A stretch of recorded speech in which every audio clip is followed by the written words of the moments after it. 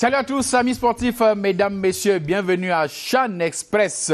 Le groupe C en vedette ce mardi. Les qualifiés pour le second tour seront connus à l'issue des rencontres Maroc-Ouganda et Togo-Rwanda. Match de rodage pour le Maroc, déjà qualifié pour le second tour. Les Lions A' sont à Douala, c'est pour préparer le duel des Fauves. Prévu samedi prochain, Lions, Léopard, la RDC. Première affiche des quarts de finale de cette 6e édition du championnat d'Afrique des nations de football. On vous retrouve juste après ce message.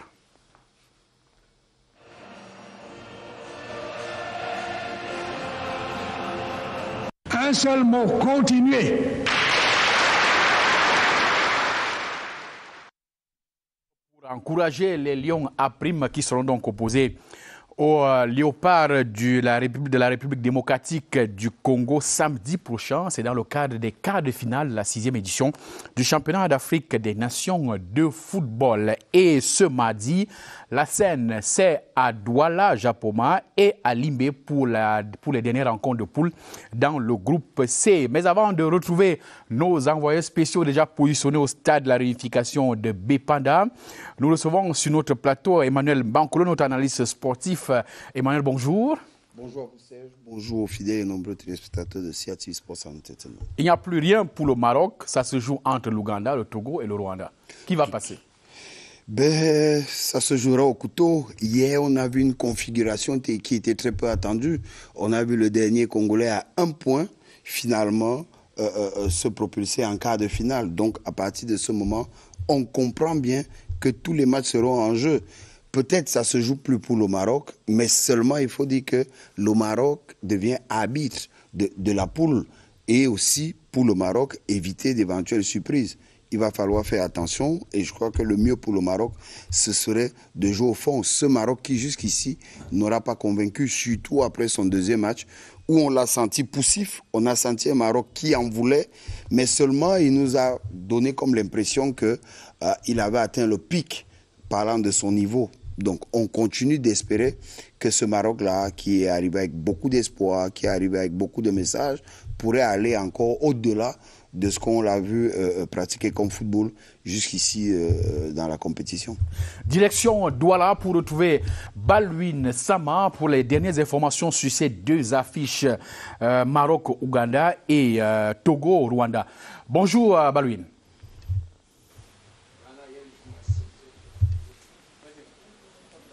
Greetings to you, Serge Fosgay, and welcome to the Bépanda Omnisport Stadium this Tuesday, which happens to be a decisive day for Group C teams, given that it's tonight that we will know the two teams that must have picked qualification tickets for the second round for this competition, and the two other teams that will bid farewell to the 2020 African Nations Championship. Two matches programs for Group C later tonight, as you have on your screen, at the same time at 8 p.m. at the Bépanda Omnisport Stadium. Uganda will play against the defending champions Morocco, while over there in Limbe, at the Limbe Omnisport Stadium, it will be Togo against Rwanda. And talking about the standings so far, after two matches played in Group C for this ongoing competition, Morocco, the defending champions, are topping the group with 4 points, with 2 matches played, closely followed by the Hawks of Togo with 3 points after a victory secured recently, and Rwanda, they are third on 2 points, and the last team in this group, the Queens of Uganda with just 1 point. And talking about the Queens of Uganda, they who dominated the Christian Nations tournament that took place in Yaoundé ahead of for this competition, far below expectation. Their performance so far, with just 2 matches played, they are yet to secure a victory. During the pre-match press conference yesterday, the head coach of the Queens of Uganda, Jonathan McKinstry, had to explain some of the differences between a preparatory competition and the competition proper, and that there is a difference between performance and results oriented, and that they have not totally lost hopes with regards to a possibility for qualifying. And if at all they don't qualify, the experience gained by its players is what has been so far one of the key issues to write home about at the end of this competition. Meanwhile, on his part, Hussein Amuta, the coach of the Moroccan team, says they will be looking forward to securing a victory, not just a draw, but a victory that will propel them automatically to the next one of this competition. Let's take you to a videotape to listen to an excerpt of the reactions for the two coaches for tonight, Uganda and Morocco, ahead of tonight's fixture. I think football is about taking your chances. That, I think, is as true a statement as we can say. Even in our two games, I think in the game against Rwanda and against Togo, you talk about dominating possession, but again, even for us, it was close to 60% of the ball in both the games, yet we didn't pick up the victories. So having possession of the ball is always preferable to not having possession of the ball, naturally, but I think you can see teams all over the world who, even if they have less of the ball, can be very successful because it's about being, effective and clinical in front of goal. And in fact, I think in Morocco and Uganda, you see two teams who in the opening games maybe haven't been as clinical in front of goal as they could otherwise have been. Because even you look at the amount of chances that we created against Togo, and if we'd been a little bit more clinical, maybe it's a different scoreline. C'est vrai que avant notre arrivée ici au Cameroun, donc pas mal de nos joueurs passaient par des moments un petit peu difficiles avec leur club, donc ils n'étaient pas vraiment en forme. On n'avait pas le temps un petit peu de changer et de voir d'autres joueurs, donc on a vu donc important de rester sur les mêmes décisions et les mêmes choix de joueurs. Donc peut-être que pour ce match, il y aura quelques changements au niveau de la ligne de défense, du milieu et de l'attaque. Ce n'est pas parce que je n'ai pas confiance en les joueurs qui ont joué les deux matchs, mais pour un petit peu changer et pour chercher d'autres choses qu'on n'a pas vues dans les deux premiers matchs. The first phase for the competition that ends tonight in the nation's economic capital, given that Douala has two sides, Yapoma and Bepanda, and we had an increase in the number of persons tested positive for COVID-19, not just players and officials, but equally some persons involved in the organization for this competition here in Douala. We talked to the site president for the Littoral region as far as this increase in the number of persons tested positive for COVID-19 and what should be done for the population to scrupulously continue respecting these outlined barrier measures. Governor Samuel Dieudonné Ivaha Dibwa, we spoke to him. Let's take a listen of an excerpt of the site's president. I would say that I'm very proud of the work that this personnel of health sector is doing on the field, because when we are testing some people positive, the other one negative, it just shows that the work is good. I would not be very happy if I understand that there was no case of COVID, But when those cases are occurring, we are just conveying people to go to a health center to treat themselves, or even to get some few days to pass at a place where contamination cannot be done. And we can say for this COVID matter, we have sensitizing populations. Even those who are going to the stadiums, all of them are wearing masks. This is very good. And we ask people to respect these barrier measures, and they are doing well. And we can say Cameroon is showing a kind of way that we can play without making people be contaminated by this virus. And the head of state is asking us to do it. He's the one who is the first to sensitize our populations and everybody.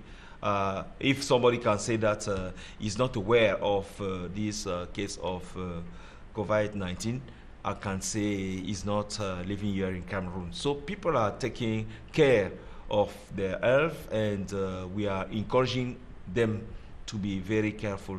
Even the players, some of them have been tested positive, and they are going to just observe those measures, and all of them, I'm sure that while receiving this medical protocol that will cure and go back to the field.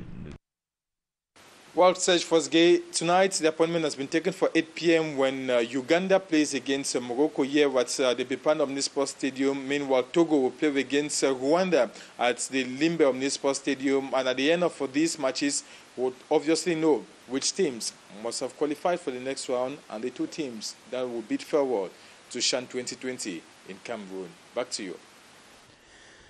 Thank you very much, Balwin Sama, for that package. On reste toujours à Douala et cette fois-ci, on s'intéresse un peu à l'équipe ougandaise. On sait très bien que l'équipe est à la dernière position dans ce groupe, le groupe C.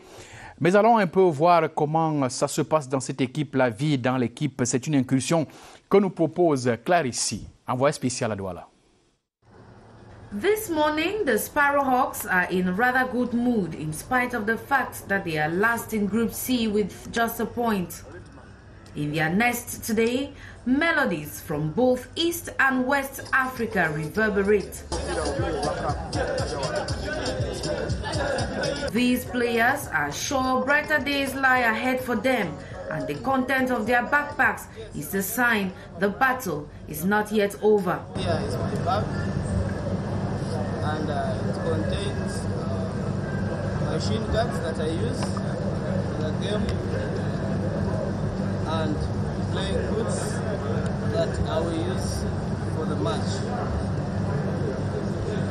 Yeah, these are kind of my speakers, but I use them also during the game. Games such as swimming are also part of their day-to-day activities, but they always circle their way back to football. The East African team have been in Cameroon for 2 weeks and have already taken quite a liking to the country. We are enjoying Cameroon, seriously. Though the humidity is a bit higher than ours, but still we are enjoying it. They might be last in their group with a lot of work still to be done, but they clearly bear in mind that work without play makes Jack a dull boy.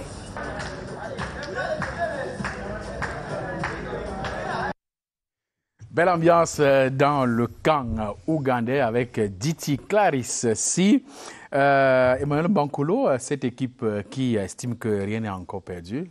La bataille n'est pas terminée. L'équipe ougandaise conserve encore ses chances de qualification malgré le fait qu'elle soit dernière de son groupe. Oui, et je peux vous dire que j'ai comme l'impression que le coach Comment est-ce marocain... possible? J'ai comme l'impression que le coach marocain a vécu cette ambiance, a vu ces images. Quand on l'a écouté, pourquoi? Parce que déjà, nous en amont, on le dit ici tous les jours, le Maroc là n'a pas convaincu. Et maintenant, on l'a entendu de la bouche de la personne la plus avisée encore, l'entraîneur, qui a bien fait savoir qu'il y aura des changements au niveau de toutes les lignes. Ça veut dire simplement que lui aussi n'a pas été convaincu de la copie rendue par ses joueurs. Et je peux vous dire qu'il n'est pas intéressant de jouer une équipe qui se retrouve dans de telles dispositions, c'est-à-dire l'équipe ougandaise. Une équipe relâchée, une équipe qui vous renvoie la pression et une équipe qui sait que vous battre, c'est un exploit, les battre, c'est la normale. Alors, à partir de ce moment-là, je peux vous dire que c'est un match qui va être très difficile. Et imaginez-vous simplement un scénario où vous avez l'Ouganda qui gagne même seulement par 1-0. On va repartir vers le fair play parce que vous aurez les équipes qui auront le même nombre de points, même différence de buts, nombre de buts encaissés qui seraient les mêmes, nombre de buts marqués qui seraient les mêmes. Donc, on ira chercher au niveau du fair play nombre de cartons et autres. Et après, on va déterminer simplement qui passe. Donc, l'Ouganda... En fond de trame, ils savent exactement qu'ils ont une grosse carte à jouer sur ce match-là. Le Maroc sait aussi que c'est pas ce match-là que passe la qualif, contrairement à ce que c'était aurait pu croire, de ce que l'Ouganda se fera marcher dessus. Mais quand on a écouté le coach marocain, on se rend bien compte que le coach Amouta sait exactement que c'est le match le plus sérieux. D'où les changements annoncés dans son équipe. D'où les changements et pas dans un seul secteur. Toutes les lignes, défense, milieu de terrain, attaque. Conclusion, il n'est pas convaincu de la copie rendue par ces garçons jusqu'ici. Et la qualification se joue également dans le camp togolais, les éperviers qui n'ont pas totalement perdu les ailes. Cette équipe rêve de voler encore plus haut au cours de cette dernière journée qui va donc consacrer la qualification ou non pour le second tour. Est-ce que le Togo peut se qualifier pour le second tour? Question à Nestor Kamga.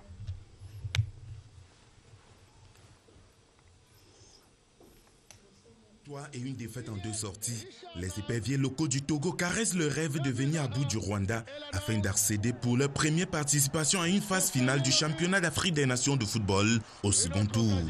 Ils disposent pour ce faire des moyens de leur politique. Le gardien de but déjà, qui est pratiquement le dernier rempart, qui jusqu'ici a pu sauver cette équipe à plusieurs reprises. Elle compte également sur les individualités, notamment son trio d'attaque, le dossard numéro 11, numéro 9 et numéro 10, qui sont véritablement des attaquants pure race qui à tout moment peuvent faire la différence individuellement. Donc le dernier atout, c'est ce collectif, donc c'est un groupe soudé qui ne lâche rien, qui... bon vent, malgré, fait tout quand même pour rester debout. Sur le terrain, les éperviers à prime présentent également des lacunes devant l'adversaire. Vous savez, le manque d'expérience déjà à ce niveau de compétition peut s'avérer préjudiciable. Donc il y a ça, il y a aussi le niveau de compétitivité du championnat local qui n'est pas différent de la situation que nous vivons ici au Cameroun. Donc voilà essentiellement ce qui pourrait justifier la contre-performance de cette équipe. Classé 2e du groupe C avec 3 points après 2 journées, 2 buts marqués et 2 autres encaissés, le Togo nourrit l'espoir de marquer le 6e CHAN par une qualification historique pour les quarts de finale. Par le portier, il était obligé. Togo-Rwanda, rencontre à suivre à partir de 20h sur Sia TV Sport. Et la rencontre va se jouer du côté de Limbe. Je vous propose, avant de vivre cette rencontre, les conférences de presse d'avant-match des entraîneurs rwandais et togolais. Yes, it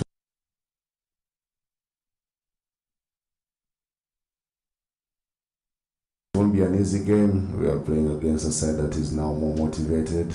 First time appearance in this competition. Yeah, lost 1 game, won another game. I think they are more confident, they are more motivated because they want to close the line. They want to get to where everyone didn't expect them to get. So, yeah, we are ready. I would not tell you we are ready in this way or another, but we need to be ready in all aspects. We have put all together the ingredients to get it ourselves into this game. Very confident. We need to put pressure on our opponents. Yes, we need to give our best. It's a do-or-die game. So briefly, strategy, game approach, game plan, I think that we're going to discuss it with the players, of course. We've reviewed some of the videos from the Togolese. It's a very good side, very competitive side with lots of quality in the team. So it's not going to be an easy encounter, but yeah, that's why we love football. Yeah, you never know what the game is.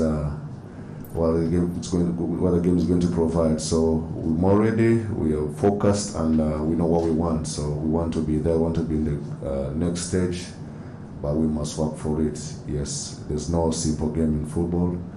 It's just a matter of 90 minutes and how much you're going to give in the 90 minutes. Yeah, I think I would like to take this opportunity also to wish their coach a very good, very quick recovery from the COVID-19. The staff of the national team, here with my assistant Jean-Paul Abalo. The shame is sick in his room in Douala with a coach. And if you know, we fight it at the beginning. Augustin Lega in charge of all the communication with me, with all the teams, national team. at the beginning, even for the inscription of the team in the Chan competition, because nobody wanted to do it. We pay ourselves on our budget of Grain du Togo that I did for 15,000 kids and girls in Cameroon. We pay the first stage because nobody was considering at the beginning this team, and they worked so well. The staff, they worked 7 weeks before the competition with no championship since 1 year, with before no championship during 3 years. That means this Togolese football is coming back from nowhere. We have not the result that we want at the highest level with the national team because it's a very young team. Vous avez reconnu Claude-Marie Leroy, il est le sélectionneur de l'équipe A du Togo. Il est au Cameroun pour superviser les A' togolais. Et avant, c'était l'entraîneur Machami du Rwanda. Allons une fois de plus à Douala, cette fois-ci pour vivre l'ambiance d'arrivée de l'équipe A'. On le rappelle, la sélection nationale va donc jouer le match des quarts de finale samedi prochain face à la République démocratique du Congo. Ambiance de l'arrivée des Lions A' à Douala, c'est dans ce reportage.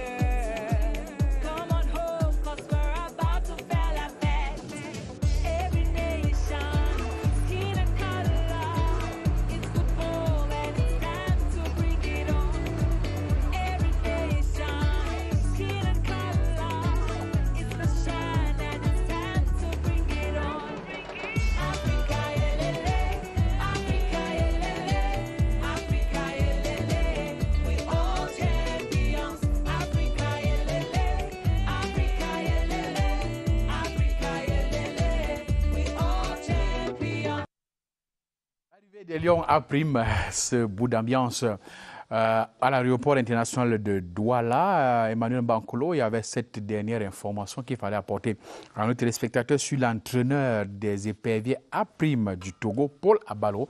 Il ne s'est pas présenté à la conférence de presse hier simplement pour des raisons de test de coronavirus. Il attendait encore ses résultats, donc du coup, il n'y est pas allé. Parlant justement des Lions A', un habitué de l'équipe nationale du Cameroun, on l'a vu tout à l'heure, Claude Leroy, qui s'est prononcé sur la qualité de notre équipe, sur la prestation des Lions A' jusqu'ici. Claude Leroy, au micro de nos envoyés spéciaux à Douala. Je suis sûrement moins sévère que vous, non pas, je disais déjà hier sur votre antenne, par démagogie ou pour faire plaisir aux Camerounais, mais j'ai trouvé qu'ils avaient fait, bien qu'ils aient gagné un premier match assez médiocre, où ils n'avaient pas montré grand-chose. Le deuxième, il y a eu des séquences de jeu de grande qualité, par moment, du jeu en triangle, travail sur le jeu extérieur, revenir à l'intérieur. Et puis, le troisième match contre le Burkina, ils sont passés tout près de la correctionnelle dans la première demi-heure parce qu'ils n'ont pas réussi à régler les problèmes sur le côté gauche offensif burkinabé. Et là, ça prenait l'eau. Le gardien camerounais les a laissés dans le match, leur a sauvé des situations énormes. Ils ont raté face au but une occasion où l'attaquant burkinabé ouvre trop le pied et la balle fuit au deuxième poteau. Et puis après, je trouve que par contre, c'est plutôt positif, alors qu'ils auraient pu trembler parce qu'un but, on savait que c'était la fin de leurs espoirs. Et ils ont fait une deuxième mi-temps beaucoup plus aboutie. Ils ont bien géré la fin de match. Ils ont été dangereux une fois ou deux. Ils ont mal frappé sur un crochet intérieur, pied gauche, sur un ballon qui a traversé dans la surface de réparation et qu'ils n'ont pas pu récupérer. Mais je trouve que la deuxième mi-temps contre le Burkina est plutôt intéressante pour l'avenir, sachant que le Burkina avait battu le Zimbabwe 3-1, il s'était baladé, et c'était une équipe de grande qualité qui a raté son premier match, mais c'est déjà une performance de les avoir sortis de la compétition. Je trouve que quelquefois, on est un petit peu trop sévère. Il est dur de faire l'unanimité chez soi. C'est pas facile pour une équipe qui manque d'expérience internationale d'être confrontée tout de suite à une compétition aussi difficile que le CHAN. Donc il faut que ça s'apprenne, il faut que ça s'appréhende aussi ce genre de compétition. Je trouve que pour le moment, le staff montre une certaine sérénité et puis surtout les joueurs montrent une envie de bien faire, de se dépasser, de faire des efforts athlétiques, une volonté incroyable. Et c'est ce qui leur a permis de se qualifier pour les quarts de finale. Et je pense que plus la compétition va avancer, maintenant ce sont des matchs coup près, mais plus ils devraient se sentir à l'aise. Ils ont déjà franchi un premier palier. Tout le monde sait qu'une élimination avant les quarts de finale ici aurait été considérée comme désastreuse. Là, déjà, ils ont franchi ce premier palier. Ils sont en quart de finale, donc ils vont se sentir probablement beaucoup plus libérés. Tout dépend de l'adversaire.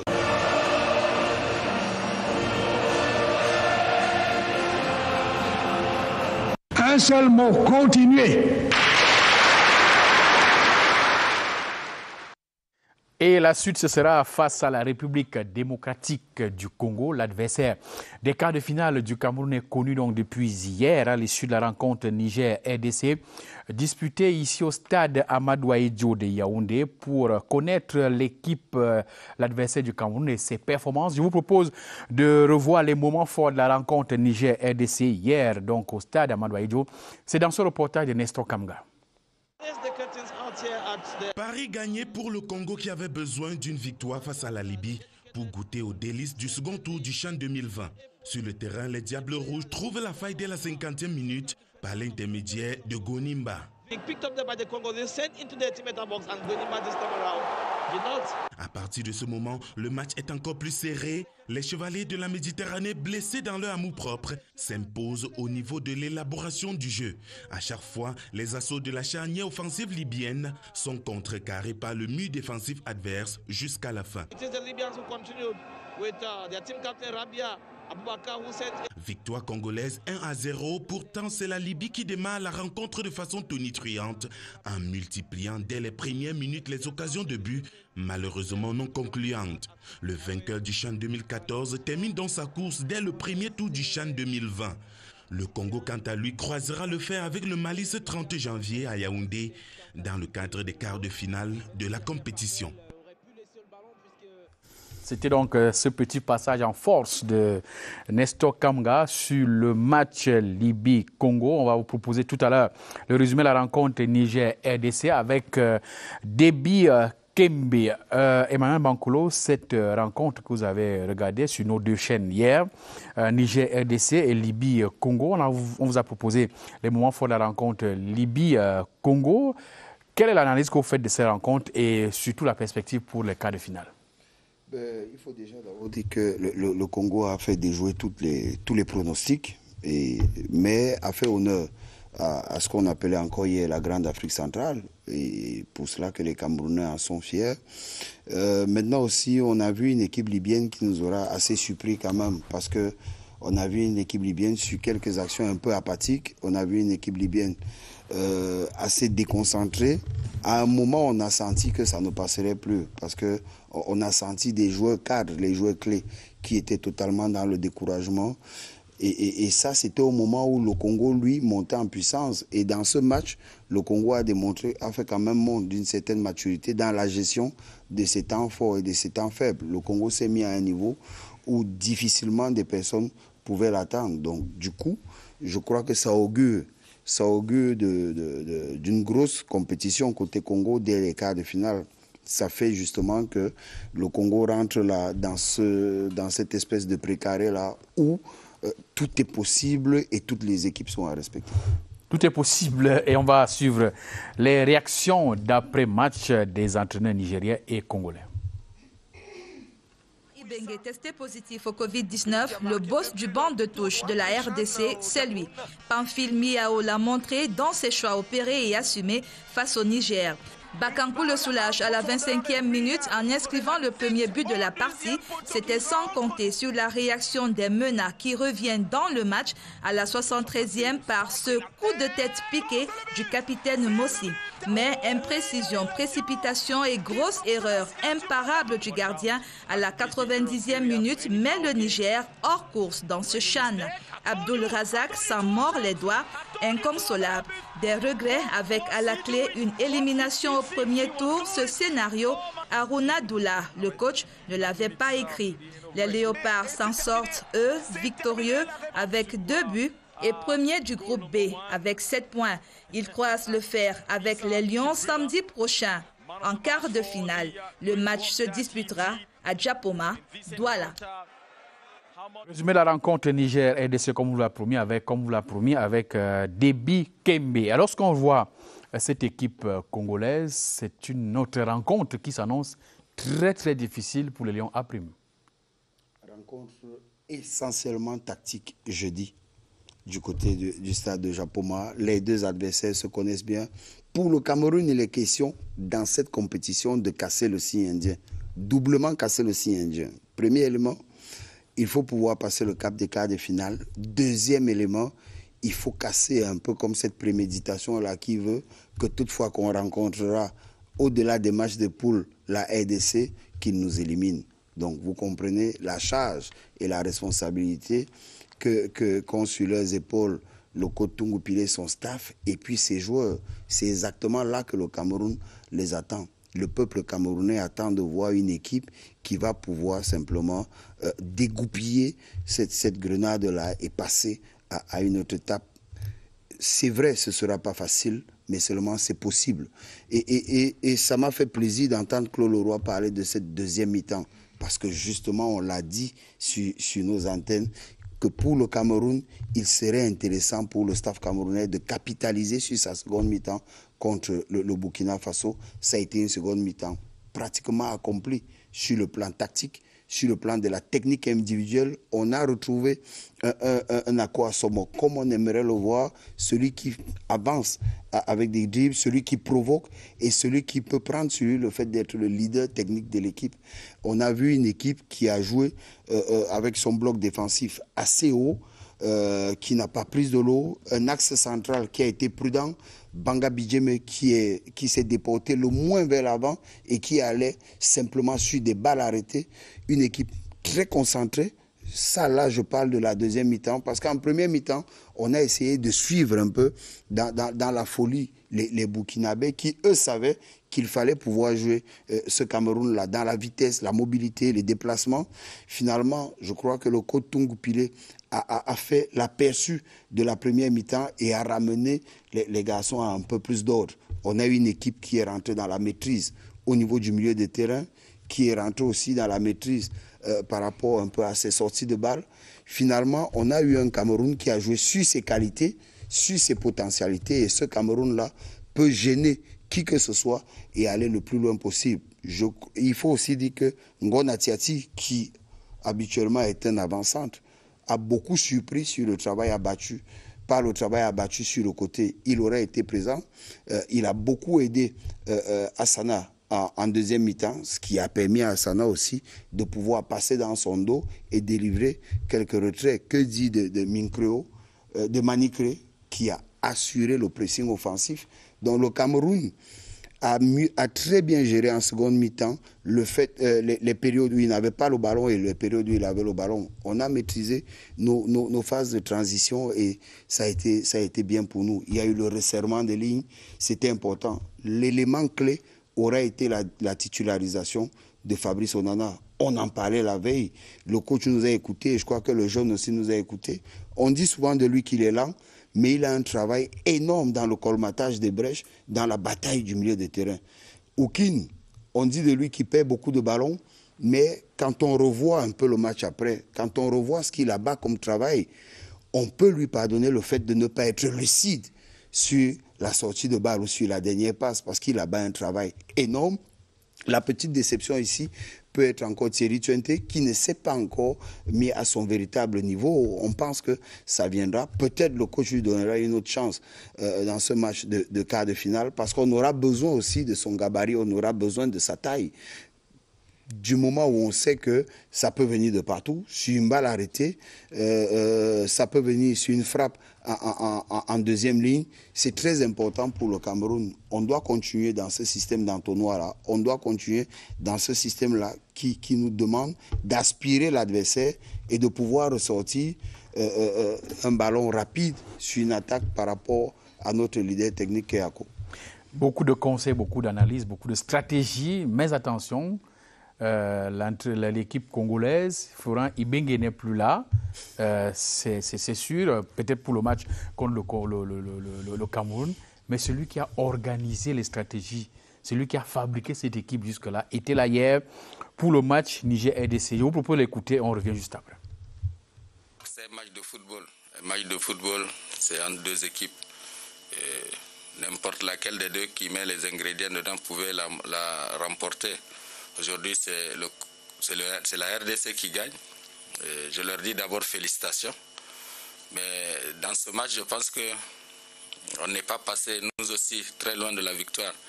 Sur les 2 buts que nous prenons, je ne pense pas que ça soit véritablement sous pression d'adversaire.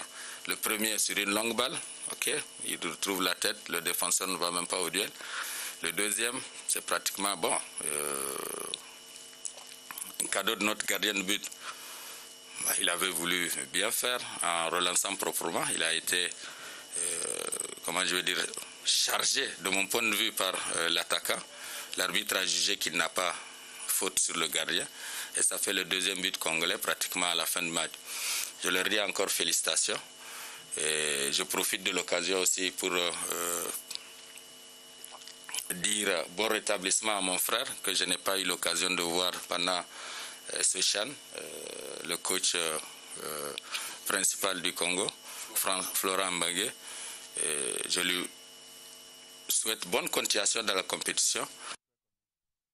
Nous avons l'obligation d'aller chercher cette qualification et c'est ce que nous avons fait. Par rapport à l'effectif, c'est vrai, on est un peu trop diminué, ça fait 12 joueurs en moins, plus l'entraîneur principal, ça fait trop. Et voilà, nous on a juste eu le temps de parler avec les joueurs. Entre nous, staff technique et les joueurs, on a eu à parler, on a réconscientisé tout le monde pour pouvoir défendre le couleur de notre drapeau.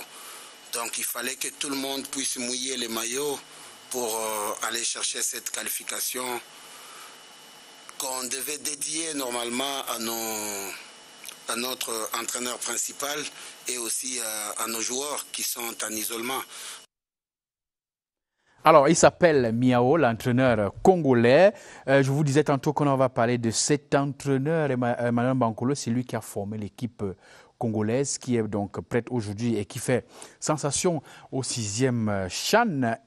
Juste avant cette compétition, je crois 6 mois avant la compétition, Florent Ibenge est revenu en appui. Et l'équipe, à cause de cette maladie de l'entraîneur Florent Ibenge, c'est donc l'entraîneur initial qui est là, juste peut-être jusqu'à la dernière étape de cette compétition, ce qui veut dire c'est un autre adversaire de poids pour le Cameroun. Oui, peut-être, mais il faut dire que le staff camerounais connaît bien cette équipe de RDC.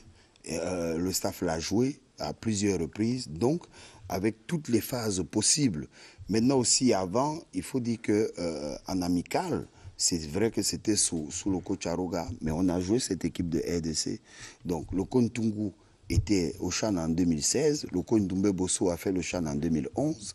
Chacun d'eux a rencontré la RDC et chacun d'eux a rencontré la philosophie de jeu de la RDC. Quelle que soit aujourd'hui la parade, quel que soit l'angle pris aujourd'hui par la RDC, je peux vous dire qu'ils rencontrent simplement sur le plan technico-tactique la connaissance du staff camerounais. C'est que la RDC ne viendra pas développer un football qui ne soit pas connu du staff camerounais. Les joueurs sont connus du staff camerounais, le système de jeu est connu et quand on connaît la RDC, difficile d'avoir une RDC aujourd'hui qui développe son jeu sans essayer d'exploiter ses côtés. Ce n'est pas possible du tout.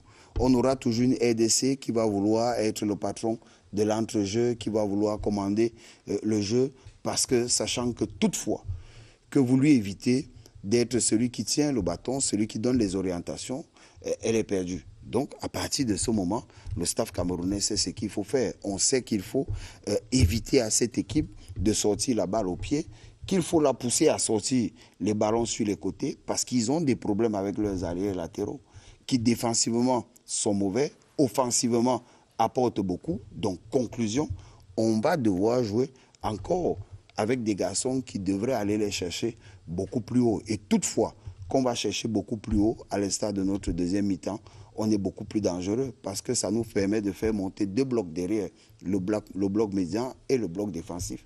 À partir de ce moment, on est beaucoup plus dangereux parce qu'on a la chance aujourd'hui d'avoir sur le territoire, sur le continent, l'un des meilleurs, si ce n'est le meilleur gardien, parlant de jeu au pied tout au moins, à la personne d'Achou Kerido. À partir de ce moment, aucun élément de notre défense n'est inquiété, que ce soit du fait d'un ballon qui passe au-dessus de lui. Il sait que derrière, la suite est assurée. Merci pour ce message d'espoir qui nous permet d'engager et d'affronter cette équipe congolaise avec beaucoup d'enthousiasme et d'espoir pour la qualification, pour la troisième étape de cette compétition. Et ça nous permet de faire un bon basculement. Pour faire parler les chiffres jusqu'ici, depuis le début de la compétition, nous recevons Monsieur Statistique sur ce plateau. Sanolom Titi, bonjour. Bonjour, Serge. Alors, dites-nous, que disent les chiffres par rapport à cette compétition jusqu'ici? Nous allons donner les chiffres à l'issue de la deuxième journée de ce CHAN. 25 buts ont été marqués à l'issue de la deuxième journée. Contrairement à la première journée où il y avait 9 buts en 8 matchs. Or, nous avons 25 buts en 16 matchs, soit 16 buts de plus, ce qui est un ratio de 2 buts par match à l'issue de cette deuxième journée, Serge. Et au total, pour cette journée, il y a eu 9 victoires contre 7 nuls. Alors, parlez-nous également de la discipline. On parle de beaucoup de cartons. Les joueurs se sont distingués par un excès. On va le dire comme ça, un excès. L'excès de vouloir montrer de quoi ils sont capables. Peut-être que le respect des règles a amené les joueurs à avoir beaucoup. Le non-respect des règles a amené les joueurs à avoir beaucoup de cartons, notamment les cartons jaunes. Oui, il faut dire que 49 cartons jaunes ont été attribués aux joueurs pour cette deuxième journée. Et la palme de la mauvaise, de l'indiscipline revient à la Libye qui a encaissé 4 cartons jaunes. Et le carton jaune le plus rapide, il faut le dire, a été attribué à Traoré de la Guinée à la 7e minute. Donc on peut aussi comprendre l'engagement des uns et des autres à vouloir chercher le ticket qui les enverrait en quart de finale. Alors le fait de ne pas avoir de carton rouge, est-ce une indication quand même que le carton jaune c'est l'avertissement? Pour le carton rouge, on peut dire que les autres sont bien comportés jusqu'ici. Il faut aussi saluer l'action des arbitres parce que là également ils tiennent compte du niveau du championnat, de la pandémie et du stress des uns et des autres. Et les arbitres ont été plus pédagogues que des papas chicottes. Et ça, c'est à saluer dans ce champ. Parlons cette fois-ci des buteurs. On a remarqué simplement qu'il y a 2 meilleurs buteurs pour une compétition de cette envergure, le championnat d'Afrique des nations de football. Jusqu'ici, 2 meilleurs buteurs seulement. Oui, nous avons Yacouba Barry de la Guinée-Conakry et Banga du Cameroun. Les deux ont marqué chacun 2 buts. Ça montre la détermination de ces deux là qu'on n'attendait pas parce que Banga quand même vient de c'est un défenseur et Yacouba vient de la Guinée-Conakry qui n'était pas au départ de la compétition une équipe sur laquelle on misait trop. Et d'une manière générale, lorsqu'on voit les buts marqués, c'est beaucoup plus on va le dire comme cela, les défenseurs qui font pas les filets et que font les attaquants. Non, en fait, c'est un jeu collectif, ça faut le dire. On a vu sous d'autres cieux des défenseurs marqués, des buts. Donc, c'est plus le football aujourd'hui, c'est un sport collectif. Tout le monde essentiellement dynamique. Oui, tout le monde défend, tout le monde attaque. C'est pas surprenant. On a même vu d'ailleurs des gardiens de but apporter la victoire pour leur sélection. Et sur le tableau que nous propose Emmanuel Zé, la meilleure attaque qui revient à la Guinée, la meilleure défense qui revient au Maroc et au Rwanda. Oui, justement, parce que la Guinée a marqué 4 buts à l'issue de cette deuxième journée et le Rwanda et le Maroc ont encaissé 0 but après 2 matchs, donc ce qui voudrait dire quand même que là-bas les lignes étaient un peu plus resserrées. Alors, question à vous deux, Emmanuel Bankolo et Sandro Lomtiti, en termes de chiffres, à quoi doit-on s'attendre après les rencontres de poule? Va-t-on encore avoir beaucoup de cartons, peut-être des cartons rouges, parce que là, c'est des matchs coupérés, on passe ou on reste? Oui, en termes de chiffres, je voudrais d'abord dire que le Cameroun est l'équipe qui a utilisé le plus nombre de joueurs, 16 sur les 23 possibles.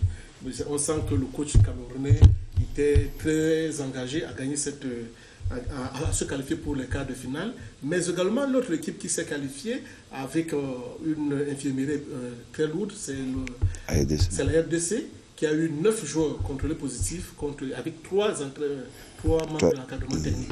C'est très élevé. Alors, je reviens à ma question avec une autre précision. Il faut les prochains matchs, on est qualifié ou on n'est pas qualifié. On passe ou on ne passe pas. Il y a cet élément qu'il faudrait tenir en considération, prendre en considération. Le coronavirus, chaque joueur, chaque équipe, chaque entraîneur voudra gagner son match. Au niveau des chiffres, on devrait s'attendre à quelle configuration? Beaucoup de cartons rouges, beaucoup de cartons jaunes. Vous voyez cela? Non, mais il faut dire une chose, c'est qu'on ne devrait pas être surpris d'avoir l'arrivée des cartons rouges dans la suite de la compétition. Parce que quels que soient les cas, naturellement, il y aura une montée d'adrénaline due au fait simplement qu'on veut pouvoir continuer l'aventure. Et à partir de ce moment, la gestion des nerfs doit maintenant être faite par les différents staffs. Il faut convaincre le garçon de ce que c'est d'abord un jeu avant les enjeux. Mais comment convaincre le garçon de ce que c'est d'abord un jeu avant les enjeux quand, après un match, on vous fait savoir que par rapport à ce que vous devez avoir, il y a un bonus et que vous avez 4 millions de francs pour cette qualification? Alors, si on vous fait savoir avant que la qualification pour les demi-finales vous donne droit à 6 millions de francs, comment on fait pour vous convaincre de ce qu'on est d'abord dans le jeu avant l'enjeu? Quels que soient les cas, psychologiquement, l'enjeu. Rendez-vous demain à partir de 11h et nos programmes se poursuivent tout à l'heure. Plateau sport de ce championnat d'Afrique des Nations de football. Retrouvez à 19h Évariste Eyenga et Benen Bouma Ghana pour les matchs Maroc-Ouganda et Togo-Rwanda, les rencontres qui vont déterminer les qualifiés de ce groupe pour les quarts de finale. Merci de rester sur CR TV et sur CR TV Sport. Bonne journée à tous et à demain.